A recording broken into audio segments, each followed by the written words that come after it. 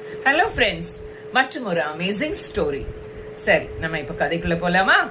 Enrico Caruso அவர் ஒரு best operatic tenor. He's from Italy.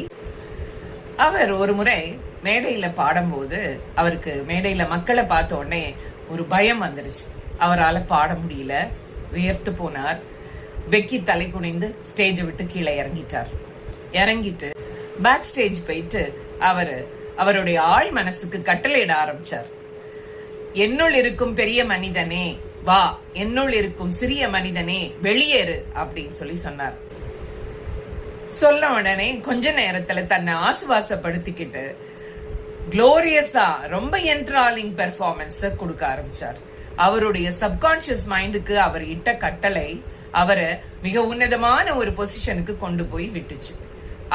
அவருடைய சப்கான்சியஸ் மைண்டோட பவரை உணர்ந்து குளோரியஸ் பெர்ஃபார்மன்ஸ் கொடுத்தாரு கரூசோ.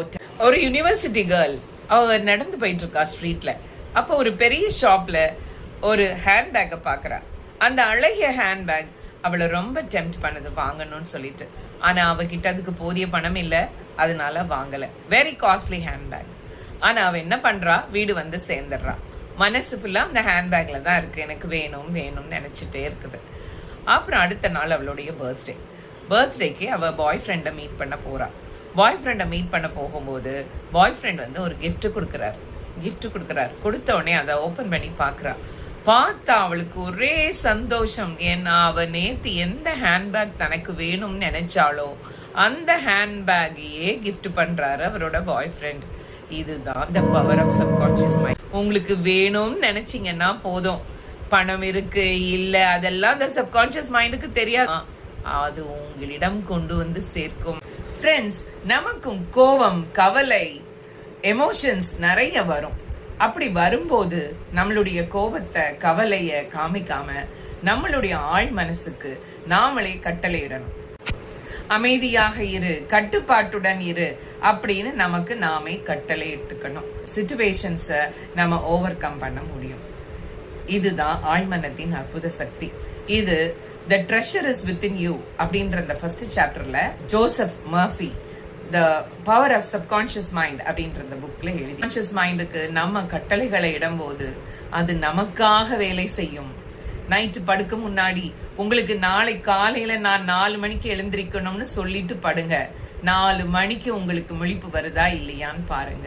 இது நான் என் அனுபவத்துல கண்ட உண்மை. சோ நம் சப்கான்சியஸ் மைண்ட் நம்ம சொல்லபடி கேட்டு வேலை செய்யும்.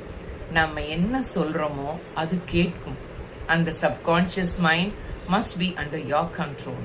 நீங்க என்ன நினைக்கிறீங்களோ அதை பாசிட்டிவா நினைங்க. உங்களுக்கு இது வேணும் அப்படின்னு சொல்லி கேளுங்க, கண்டிப்பா கிடைக்கும்.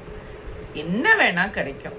நான் ஃப்ளைட்ல போகணும், ஃபாரின் போகணும், டூர் போகணும், என் ஃபேமிலியோட நான் ஹாப்பியா இருக்கணும், என் ஹஸ்பண்ட் என்கிட்ட அன்பா இருக்கணும், என் பிள்ளைங்க என்கிட்ட பாசமா இருக்கணும், எல்லாம் கேளுங்க, என்ன வேணா கிடைக்கும். நம்ம ஒற்றுமையா இருக்கணும், இந்த கண்ட்ரி நல்லா இருக்கணும், எல்லாம் கேளுங்க. இந்த வேர்ல்டுல அமைதி வேணும் அப்படின்னு சொல்லி கேளுங்க, எல்லாமே நடக்கும்.